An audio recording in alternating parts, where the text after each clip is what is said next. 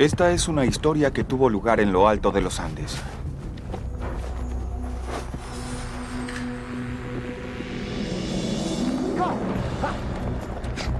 Es una historia sobre una pareja de ladrones de trenes que hizo un viaje hacia los confines de la Tierra. Fueron una leyenda en su época, una leyenda que finalmente capturó la imaginación de todo el mundo. De modo que seguiré su rastro por las remotas montañas del desierto, descendiendo por sofocantes minas y a través de áridos y yermos salares de Bolivia. Me llamo David Adams y voy tras el último rastro de Butch Cassidy y Sundance Kid. ¡Vamos!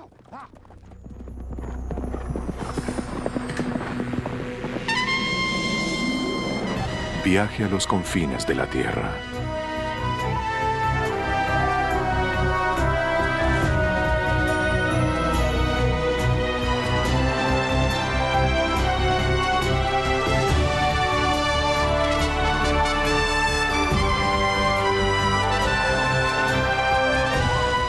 El último rastro de Butch y Sundance.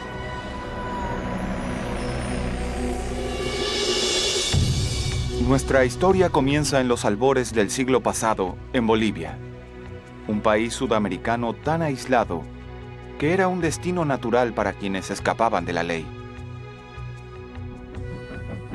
Y es uno de los países más altos del mundo. Gran parte se ubica en un altiplano a 3.600 metros. Mi viaje comienza a los pies de los Andes y finaliza en un pequeño pueblo fantasma llamado San Vicente.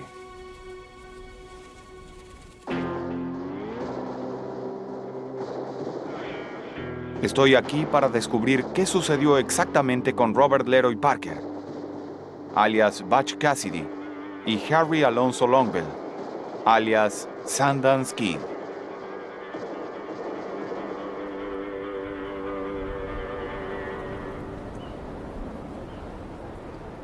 Pero llegar a estas tierras montañosas es todo un desafío, por cierto, de la forma en que yo lo haré.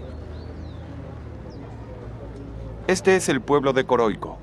Para llegar al altiplano boliviano, necesito hallar a alguien que me lleve por un camino sinuoso y serpenteante que causó la muerte de miles de personas. A La Paz, por favor. A La Paz, por favor. Gracias. Gracias. La forma más económica es en camión. Estoy a unos 1.800 metros de altura y ese desierto altiplano está subiendo a otros 2.000 metros. Este viejo Dodge ha visto días mejores, pero esos cables que salen del tablero cumplen su función vital. Sí, este es el arranque.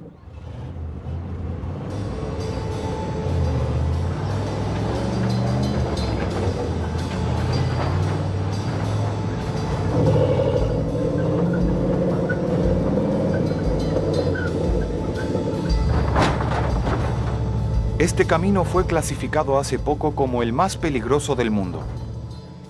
Y ahora no estoy en condiciones de discutir eso. El problema no es el precipicio de 300 metros, sino estos vehículos que no tienen ningún control.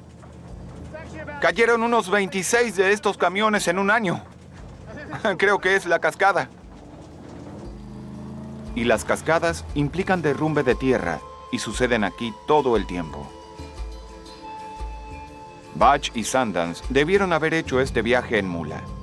Debió ser mucho más lento, pero mucho menos espeluznante. Aquí los camiones no se sobrepasan. Hacen el juego del gallina. Uno puede ver por qué un par de forajidos como Butch y Sundance elegirían estas montañas.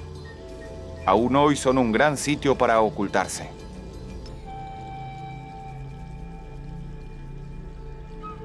Cerca de los 4.800 metros, llegamos al paso de los Yungas, la entrada a uno de los desiertos más remotos de la Tierra.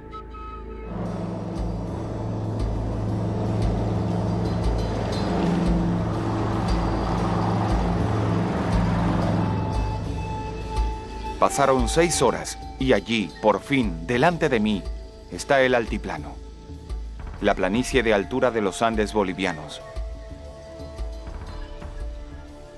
Más abajo está La Paz, A 4.000 metros, es la capital a mayor altura del mundo.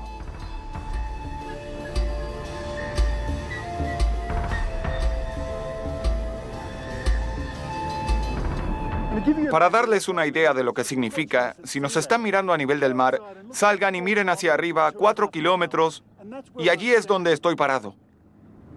Es notable que haya una ciudad aquí. La Paz data del siglo XVI y aún se pueden ver signos de su esplendor colonial español.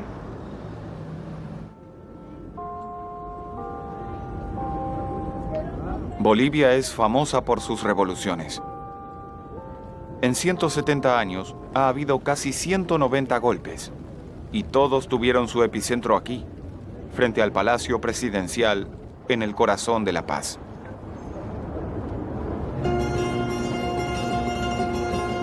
Este es un sitio poco común para estar. Por ejemplo, este es el mercado de brujerías. Aquí uno puede comprar lo necesario para encantamientos, maldiciones y hechizos. Luego está el mercado negro. Y eso es exactamente lo que es, un lugar donde comprar y vender objetos robados.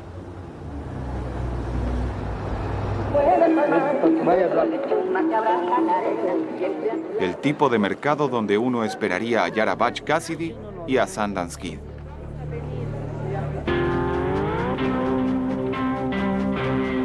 Butch y Sundance no eran delincuentes comunes. En su patria eran celebridades cuyas hazañas aparecían en los grandes periódicos de la ciudad. Los periódicos daban a su banda los títulos correctos. El Sindicato de Ladrones de Trenes, la Banda del Agujero en la Pared y el Grupo Salvaje. Supuestamente en 10 años escaparon con $2,5 millones al equivalente actual, pero luego se confiaron demasiado. En el año 1900, el Grupo Salvaje posó para esta fotografía en Fort Worth, Texas. Sundance está en el extremo izquierdo, Butch está a la derecha. Un año después, Sundance posó con su novia Etta Place en Nueva York. Las fotografías siguieron su camino hasta los carteles de Buscados, que cubrieron Estados Unidos. Con recompensas de $20,000 por sus cabezas, escaparon a Bolivia. Así fue como llegaron a La Paz. Pero no solo eludían la ley, también escapaban de un mundo que cambiaba con rapidez. Por ejemplo, los hermanos Wright llevaban 5 años volando. En Nueva York, los rascacielos comenzaban a aparecer en el horizonte. Autos, teléfonos y películas estaban por surgir. En otras palabras, eran los albores de una nueva era. Y los antiguos bandidos como Butch y Sundance simplemente se estaban quedando sin tiempo. Esta era una de sus guaridas favoritas. Y es aquí donde acordé conocer a mi compañero de viaje, Moshi. ¿David? Sí, ¿cómo estás? ¿Cómo estás? Lamento llegar tarde, pero no encontraba el lugar. Él es oficial boliviano de caballería en servicio. Los mismos sujetos que finalmente hallaron a Butch y a Sundance. ¿Quién mejor para ayudarme a volver sobre sus últimos días? Butch y Sundance adoraban los restaurantes y las vacaciones costosas. Hoy el champán español importado y las delicadas chuletas de llama del menú cuestan más de $100. Más de lo que un granjero boliviano gana como promedio en una semana. Y eran igual de costosos en los días de Butch y Sundance. ¿Sí? Por supuesto, debían pagar por ello. Y pagaban de la única forma en que sabían hacerlo.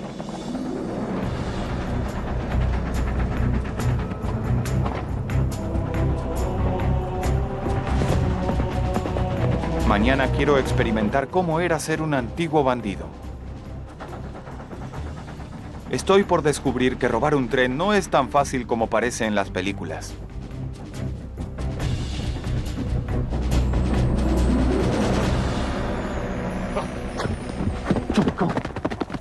Al día siguiente, Moshi y yo regresamos a los últimos rastros de Butch Cassidy y Sundance Kid.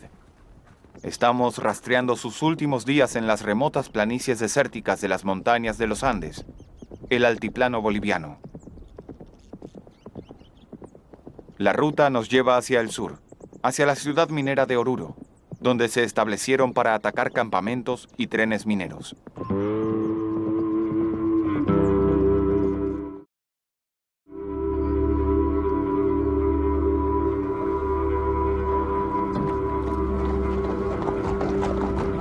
No puedo evitar pensar cómo sería estar en fuga aquí. No tiene sentido querer perderse en un pueblo pequeño como este. Los gringos resultan muy obvios. Moshi quizás pase inadvertido, pero yo no. Butch y Sundance tampoco lo lograron, y es probable que eso les costara la vida. Recuerden que había una gran recompensa por sus cabezas. Dinero fácil para un granjero pobre o campesinos luchando por sobrevivir.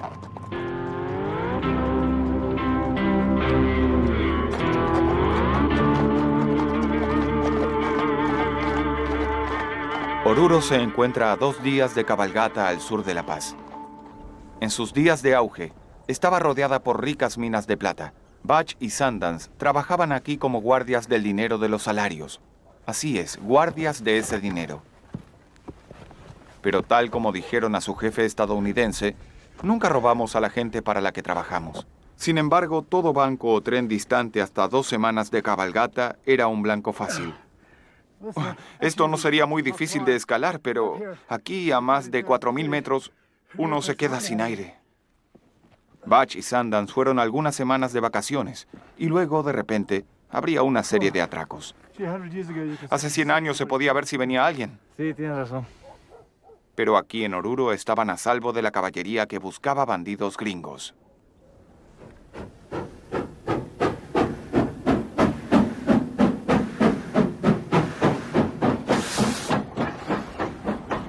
Los periódicos los llamaron el Sindicato de Ladrones de Tren, por una buena razón. Era un arte, y ellos eran buenos en eso. Sin embargo, abordar un tren a toda velocidad desde un caballo es más difícil de lo que parece en una película.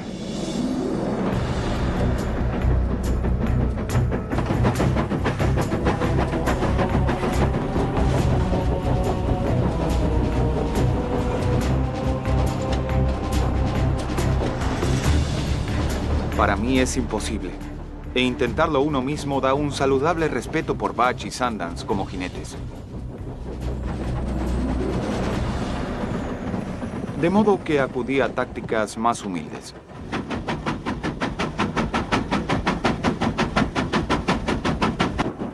Siempre me pregunté cómo lo hicieron, y creo que esta es la única forma.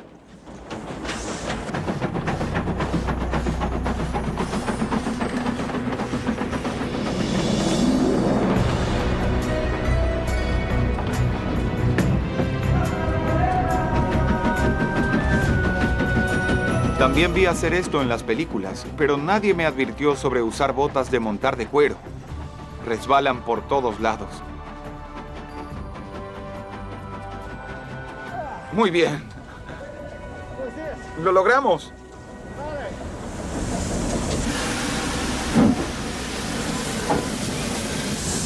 Detuvimos el tren.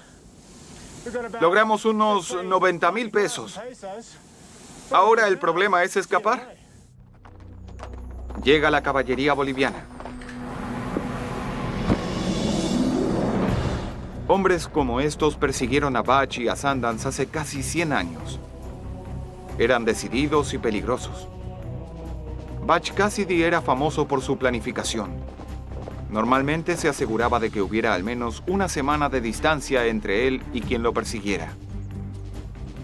La única vez que dejó que la caballería se acercara fue fatal. ¿Quiénes son esos? Salgamos. De regreso en Oruro, la antigua oficina de correos aún está allí. No cambió en 100 años. Esta fue su última dirección postal conocida. El correo era muy importante para ellos, especialmente cuando estaban huyendo. Aún antes de venir a América del Sur, estaban en comunicación constante con sus familias. Dicen que Sundance era algo taciturno, que estaba siempre de mal humor. Pero Butch, por otro lado, era un gran conversador y le encantaba escribir cartas. Desde aquí escribió esta a su hermano Dan, quien en realidad había robado el dinero de sueldos y estaba en fuga. Querido hermano, debes perdonarme por no escribirte antes. Lamento saber que estás oculto otra vez. No soy quien para señalar a nadie, pero ten cuidado. Siento nostalgia por la familia cuando pienso cuánto hace que no veo a mamá. Cuando recibas esta carta, debes contarme las novedades y las ideas para un encuentro seguro. Desafortunadamente nunca tuvo esa reunión, porque luego de ese momento aquí desapareció, de modo que la familia nunca se volvió a reunir. Cuando no estaban trabajando, Butch y Sundance adoraban la diversión. Aquí en Oruro aún se puede ir a rasurarse a la antigua con un barbero a la antigua. Y créanme, esto se llama navaja y por una buena razón. Pero Butch y Sundance eran muy exigentes sobre su aspecto. Puedo imaginarlos cumpliendo este ritual diario. Y se habrían asegurado de parecer millonarios en un pueblo con una vida nocturna como esta. La locura real.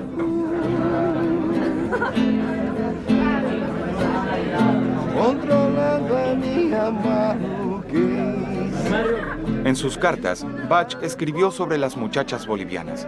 Les encantaban sus pálidos ojos azules, decía él. Pero también decía que ellas querían asentarse con un marido yanqui adinerado. Casi un siglo después, revivo algo de esa experiencia. Estas chicas no buscan casarse. Son estudiantes, miembros de un grupo de danza latina.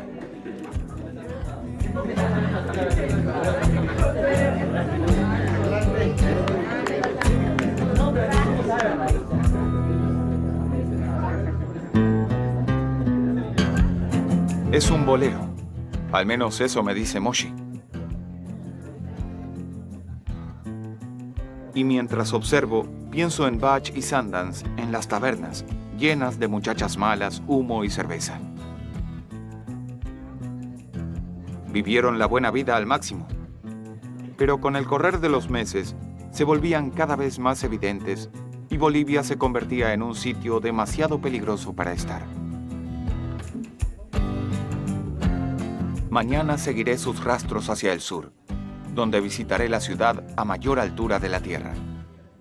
Pero también es lo más cercano que Butch y Sundance estuvieron de las puertas del infierno.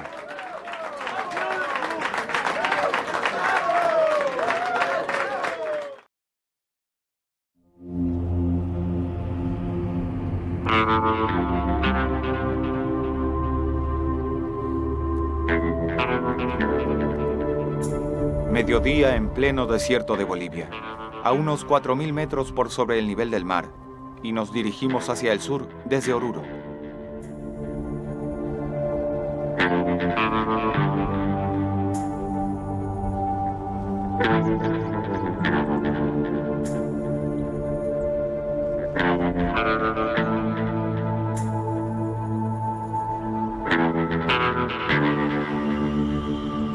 Vamos hacia la ciudad minera de Potosí, que a 4.500 metros es la ciudad más alta del mundo.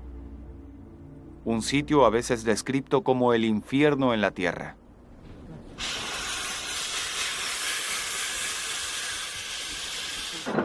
Esto es lo que trajo a los mineros aquí, una montaña de plata.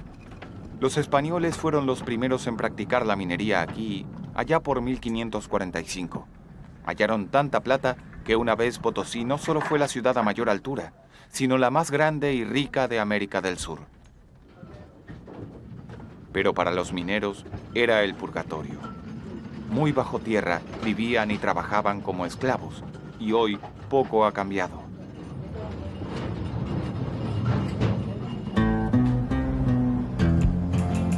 En Potosí aún se puede ver algo del auge en la arquitectura. Pero durante más de 200 años, la verdadera riqueza partió hacia España para financiar la corte española. Apostaría a que Butch y Sundance habrían estado felices de robar su parte.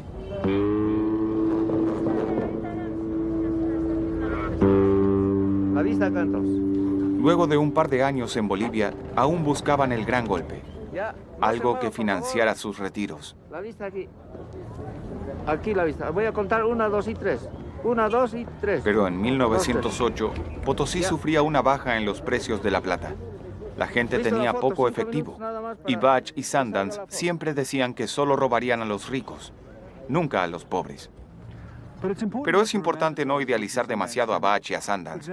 Por ejemplo, esta era su arma preferida, la Colt 45. Y no es que les gustara tanto matar gente, sino golpearla en la nariz cuando no hacían lo que ellos decían. Estos sujetos eran hombres muy rudos.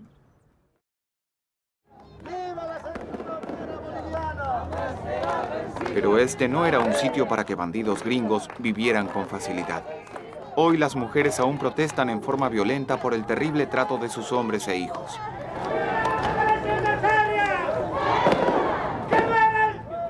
Aquí los niños comienzan a trabajar desde muy pequeños. A la izquierda está Hernán. Es minero y tiene 10 años.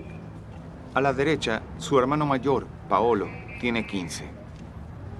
Trabajan en la misma mina 6 días a la semana en turnos de 12 horas por día.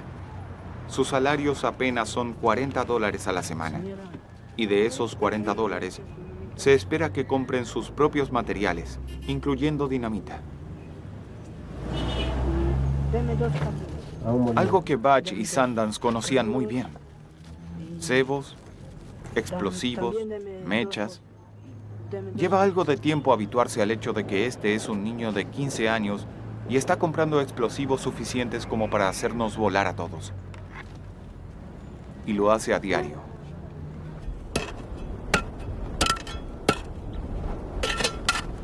Insisten en hacerme una demostración, pero yo sugiero que lo hagan al aire libre. No tiene sentido arriesgarse a otro accidente minero solo para la cámara, y los accidentes son comunes.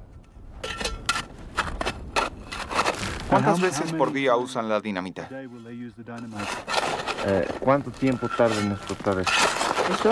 Vamos a hacer Dice que 2 o 3 veces al día, dependiendo de la cantidad de roca que deban mover. ¿Cuánto tarda la mecha en quemarse? 1 metro.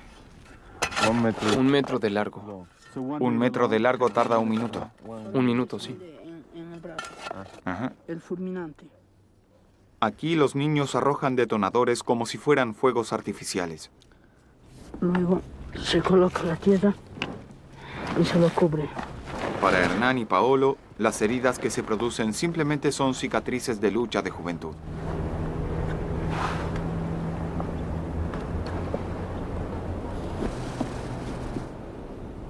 ¡Guarda! ¡Tiro!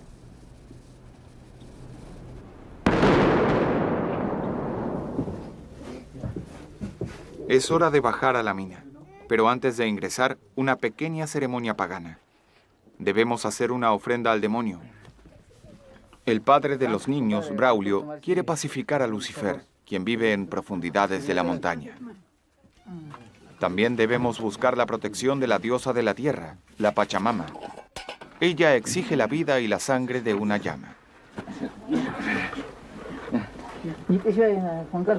Para ellos esto es como contratar una póliza de seguro pagana. No puedo pensar en algo menos probable para garantizar la seguridad.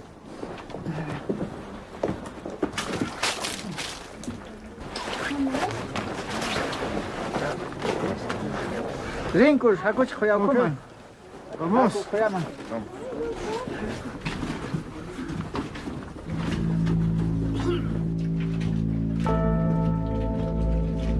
Nos adentramos en la montaña, en las entrañas del infierno. Hay plata aquí dentro, pero es del demonio.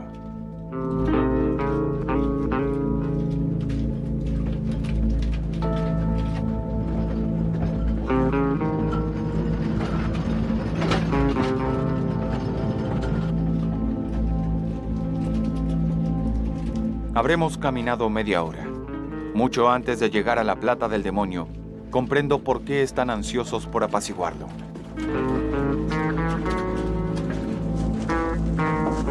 A mi alrededor hay evidencias de desprendimiento de roca, explosiones de gas y químicos nocivos, todos ellos mortales.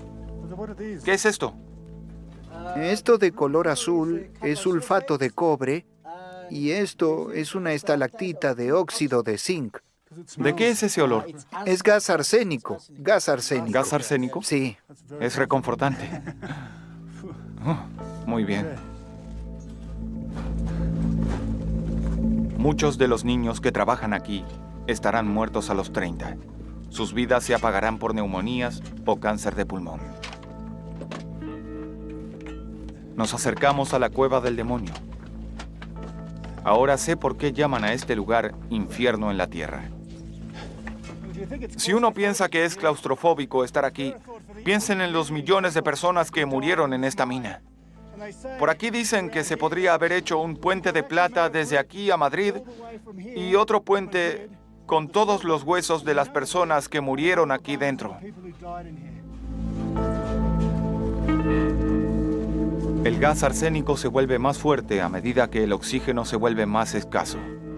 Recuerden que estamos a casi 4.800 metros por sobre el nivel del mar, o sea que no hay mucho aire para respirar. Hace frío, no falta mucho para congelarse. Finalmente llegamos al corazón de la montaña. Y a la cueva de Lucifer. El demonio en verdad existe, ¿sí? Lo llaman Tío Jorge y lo visitan al menos 2 veces a la semana. Estás frente al tío Jorge. ¿Tío Jorge? Tío Jorge es el dueño de la mina, Hojas de Coca, porque el tío Jorge está celoso y comienza a comerse a los mineros. Los mineros vienen a pedirle su protección y su plata. Eso significa que deben llenarlo de obsequios. Mis operarios mascan coca. Puedes hacerlo Gracias. con nosotros. Primero le dan lo más valioso que tienen, hojas de coca. Las mascan para obtener la energía que necesitan para sobrevivir en estas terribles condiciones. Para que el tío Jorge esté más feliz, lo invitamos con alcohol. Alcohol puro, 96%. ¿Es alcohol al 96%? Sí, ¿Los mineros lo beben? sí, por supuesto. Sí, también lo ponemos en sus manos, en su pene, como ritual para la Pachamama o Madre Tierra, para lograr más minerales, y también en sus manos para que haya buenas venas de plata o líneas de minerales para que nos pueda dar. Luego el momento de darle el mayor de los obsequios, el importante feto de llama. Tanto la Pachamama como el tío Jorge necesitan carne de llama a cambio de las vidas de los mineros. Le gusta comer fetos de llama, de llamas, y también puede ser un feto humano. ¿Aún usan fetos humanos? Sí, así es. Es un secreto entre los mineros y los dueños de la minería. ¿Esas creencias son muy antiguas? Oh, sí, es del periodo inca, de la época inca. Aún lo hacemos. Dame las cosas. Y los mineros también invitaron a este Satán, o tío Jorge, con un cigarrillo. Le gusta fumar cigarrillos. LM o Marlboro. Sí, también. Pero con todo el gas arsénico alrededor, el humo del cigarrillo es la menor preocupación. Uno no puede evitar admirar la forma en que se ríen ante la adversidad. Ahora está feliz.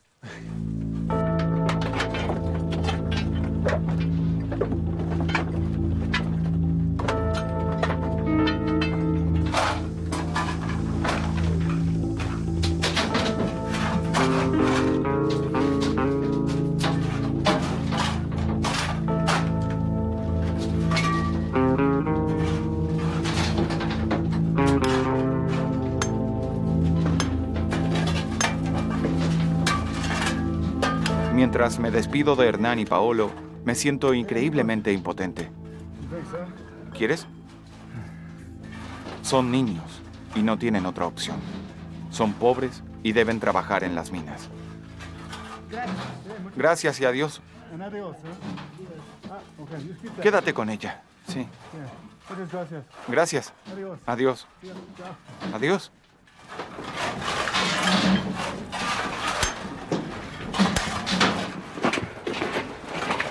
Es un alivio subir por el pozo hacia el aire fresco y dejar atrás el gas arsénico y el desprendimiento de roca. Mañana retomaré el rastro de Bach y Sundance mientras se dirigían hacia su destino en el sur. Se estaban quedando sin tiempo mientras planeaban su golpe final.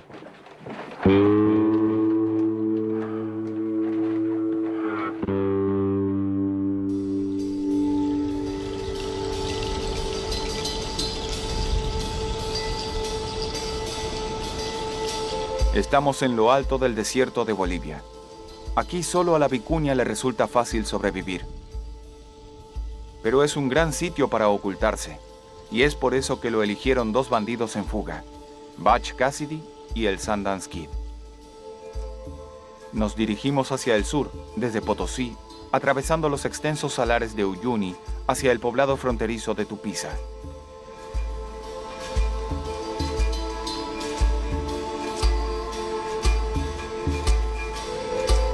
No hay caballos en más de un centenar de kilómetros.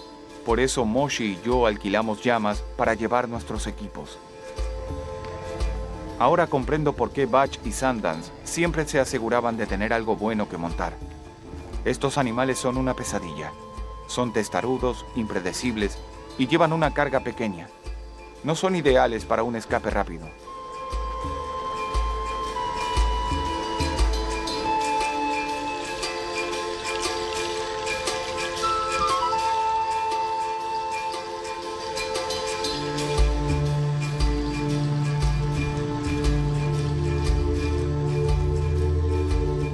Durante la mayor parte del tiempo en América del Sur, Butch y Sundance fueron rastreados por la agencia Pinkerton, la antigua agencia de detectives privados sobre la cual se modeló el FBI.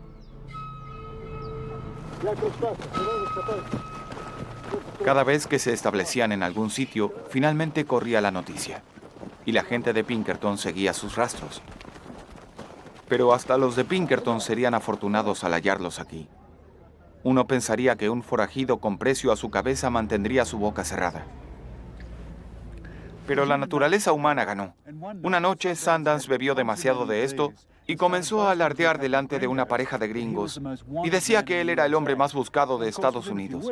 En pocas semanas eso llegó a Pinkerton y supieron exactamente dónde hallarlos. ¿Cuál sería su paso siguiente? Aquí la distancia aún es un gran aliado para alguien en fuga. Los mejores para navegar en este aparentemente interminable mar de sal son quienes se ganan la vida extrayéndola del suelo.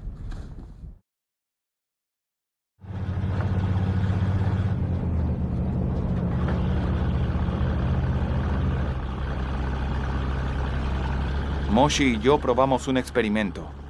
Nos preguntamos qué habrían hecho Butch y Sundance cuando descubrieron su guarida.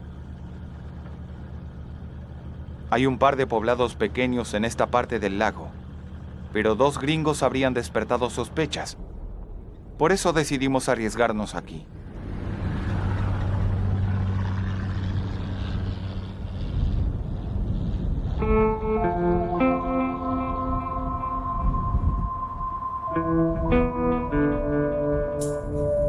Y este habría sido el escondite perfecto, la isla de pescadores.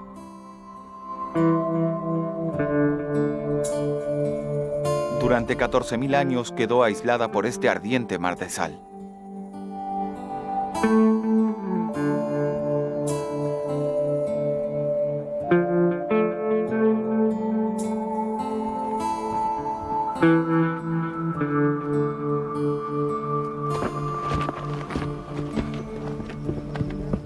No hay mucha vida aquí, excepto estos cactus espinosos. Y estas extrañas criaturas se llaman vizcachas. Se asemejan a conejos hasta que uno ve sus largas colas. Y hay algo más que yo no esperaba hallar. Es increíble que haya corales aquí arriba a 4.000 metros. ¿Coral? ¿Qué es coral? Está compuesto por pequeños organismos en el mar. Arrecifes de coral, ¿sí? En el océano, en el agua, no, nunca, no conozco, yo no conozco. ¿Sí? ¿Nunca has estado en el océano? Nunca he ido al océano. Quisiera, pero no. Sí, comprendo. Estamos a 4.000 metros de altura y esto es Bolivia. Pero es increíble que estén aquí. Quizás se remonten a una época en que el clima era más húmedo, cuando en verdad había peces nadando entre los arrecifes de coral cerca de la isla de los pescadores. Como fuera, para Butch y Sundance debió haber sido un gran lugar para ocultarse. ¿Sabes lo que me encanta de esto? Es el silencio y el espacio que hay. Mira eso. No hay nada.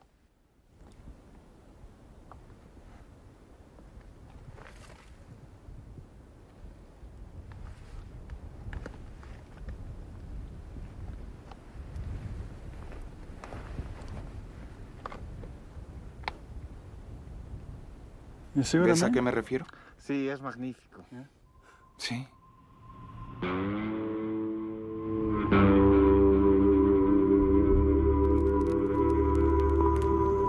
Así debió ser como Butch y Sundance pasarían muchas noches entre los atracos, acampando en sitios abiertos. Con grandes precios por sus cabezas, no debía haber otra alternativa. Moshi debe saberlo. Él mismo es oficial de caballería. Hace 90 años los habrías perseguido por este país. Habría sido increíble. Sí, ellos han llegado aquí, pero se han habituado rápidamente. Ellos han, bueno, se han sabido habituar, porque este país es diferente a Estados Unidos, donde ellos venían. ¿Qué piensa hoy el pueblo boliviano de Butch y Sundance? ¿Creen que solo son bandidos o son héroes populares? Son bastante conocidos, ¿no? Siempre se los lleva como los bandoleros que vinieron aquí, los dos hombres que vinieron a Bolivia a asaltar, los dos gringos que hacían lo que querían, ¿no? Ellos han sido bastante populares y famosos aquí en Bolivia. Sí.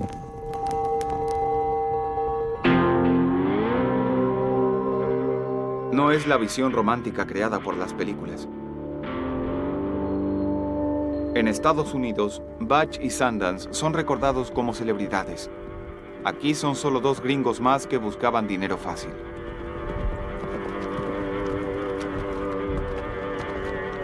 ...160 kilómetros más al sur, pudimos alquilar caballos. Estamos a un día de marcha del poblado fronterizo de Tupiza. A nuestro alrededor, el espectacular paisaje del sudoeste de Bolivia.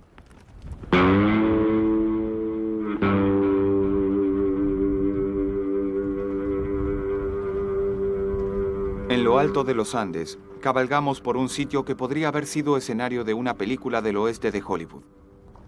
Es similar a Utah, Colorado y Wyoming, donde Butch y Sundance dieron sus primeros pasos como ladrones de caballos. Quizá aquí se sentían como en casa.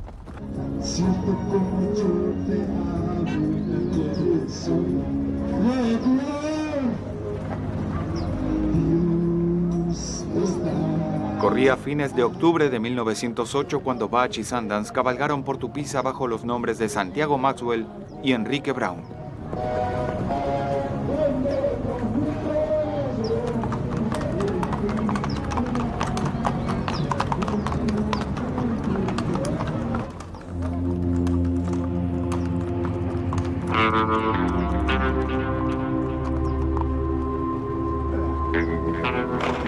Butch siempre había dicho que él y Sundance habían intentado reformarse, y a los 41 años la vida en los caminos comenzaba a pesar. Lo que intentó hacer fue poner un rancho en Santa Cruz, pero para hacerlo necesitaban dinero, y Butch tenía un plan, para el Banco de Tupiza. Pero tal como veremos, los planes para su último gran robo resultaron muy mal. Finalmente el tiempo se estaba acabando para Butch Cassidy y el Sundance Kid, a medida que se acercaban al episodio final.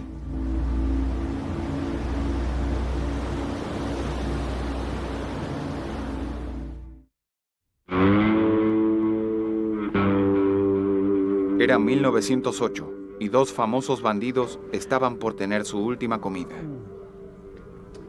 ¿Conoces algún sitio bueno para cenar? Sí. ¿Comeremos comida del lugar? El poblado fronterizo de Tupiza, en el sudoeste de Bolivia. Este sitio fue el comienzo del fin, en una de las mayores aventuras verídicas del salvaje oeste jamás contadas. Durante semanas, Butch Cassidy y Sundance Kid aguardaron el momento correcto para robar el banco, pero el momento nunca llegó.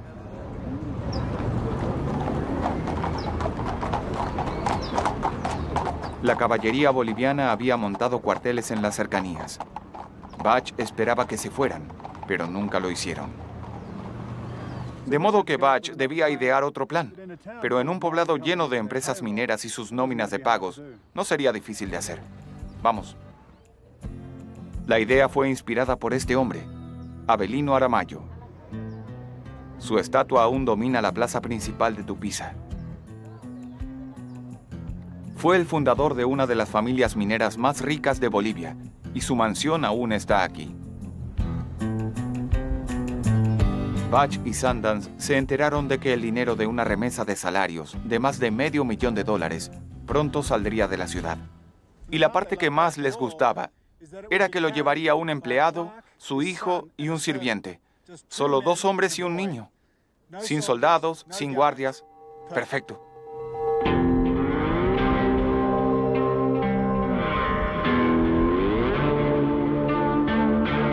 En la mañana del 3 de noviembre de 1908, el señor Carlos Peró, su hijo Mariano y un sirviente indio recogieron el dinero y se dirigieron hacia el desierto.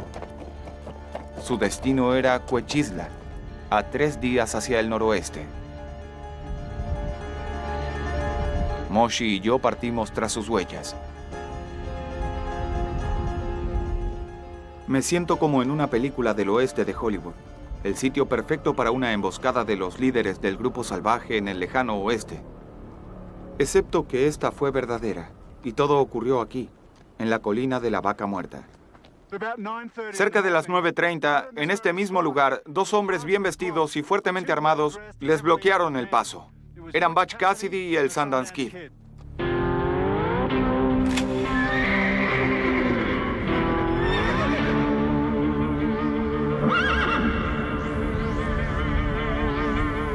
Allí fue cuando las cosas comenzaron a salir mal. Carlos llevaba una remesa menor. Menos de $90,000 en cifras actuales. El $500,000 no saldría hasta la semana siguiente.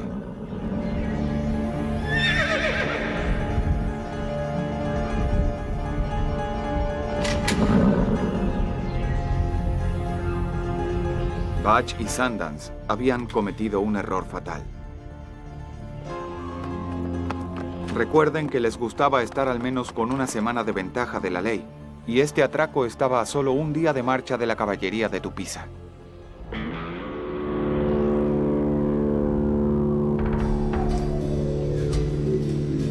Por $500,000 habría valido la pena el riesgo, pero no por lo que hallaron.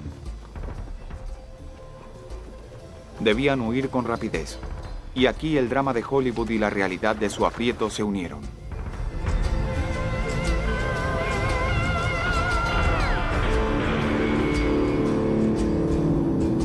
En el curso de un día, cada soldado, policía y minero del sudoeste de Bolivia estaba tras su rastro.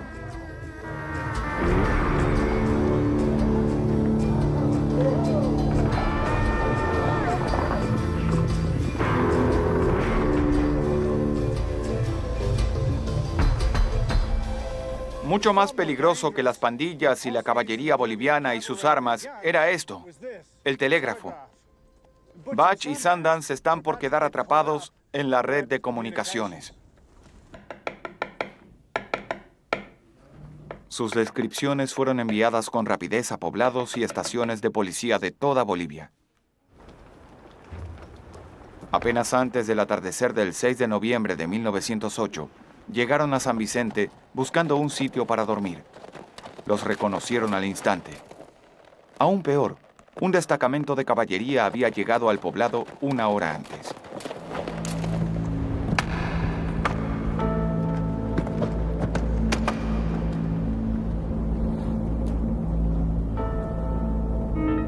En los días de Butch y Sundance, San Vicente era un poblado minero.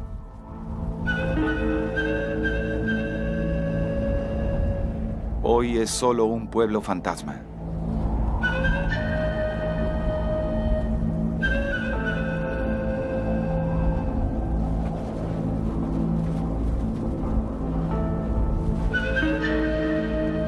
Y una cosa no ha cambiado.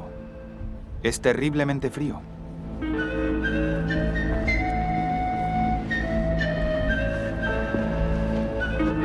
Ahora mismo la temperatura es muy inferior a 0 grado.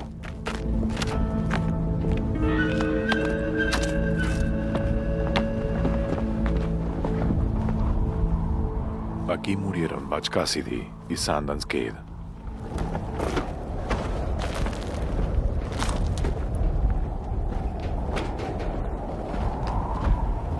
No creo poder imaginar un sitio más frío y triste que este.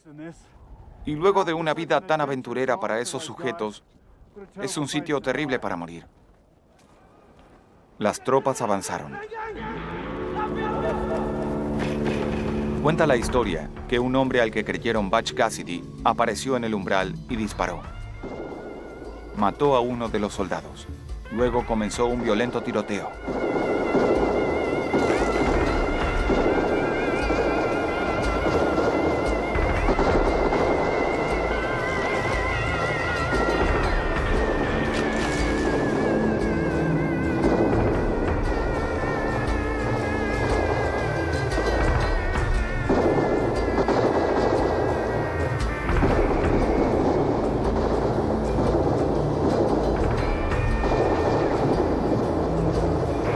La contienda continuó por horas.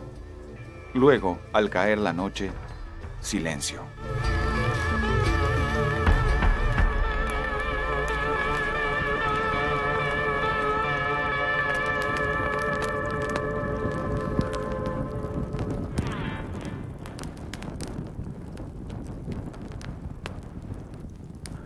Las últimas horas de Butch y Sundance se convirtieron en una silenciosa espera durante una noche larga y fría en un amargo viento desértico como el de hoy.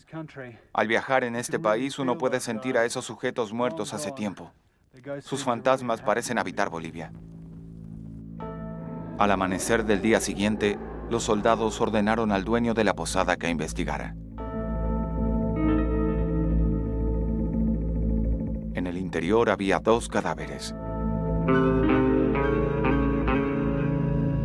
El que pensaron que era el de Sundance Kid tenía una herida de bala de calibre pequeño en la sien y varias otras en todo el cuerpo. El segundo, que pensaron que era Butch Cassidy, también tenía heridas de bala y una herida de bala de calibre pequeño en la sien. Sundance tenía muchas heridas. Parecía que Butch había puesto fin a sus miserias y que luego se había disparado. Parecía un asesinato-suicidio.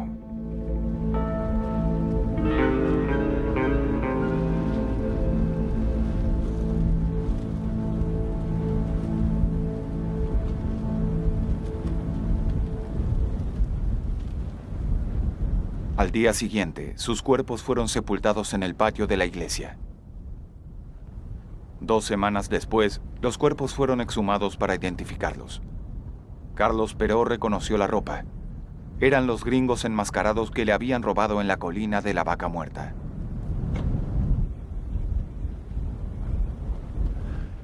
Pero en verdad, los cuerpos nunca fueron identificados como Butch Cassidy y el Sundance Kid.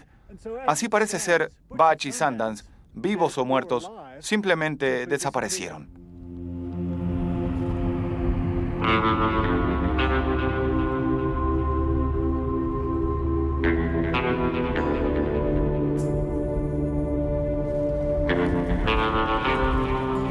Desde entonces, varias expediciones visitaron la tumba en busca de los restos, pero los huesos nunca fueron hallados. Por lo tanto, aún no se extendió un certificado de defunción oficial.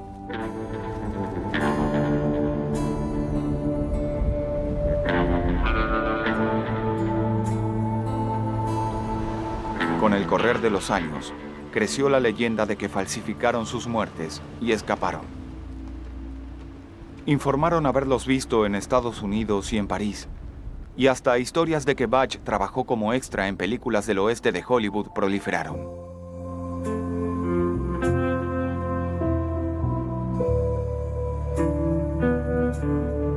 Mi búsqueda por hallar la verdad detrás de lo sucedido con Butch Cassidy y el Sundance Kid me dejó con un misterio tentador.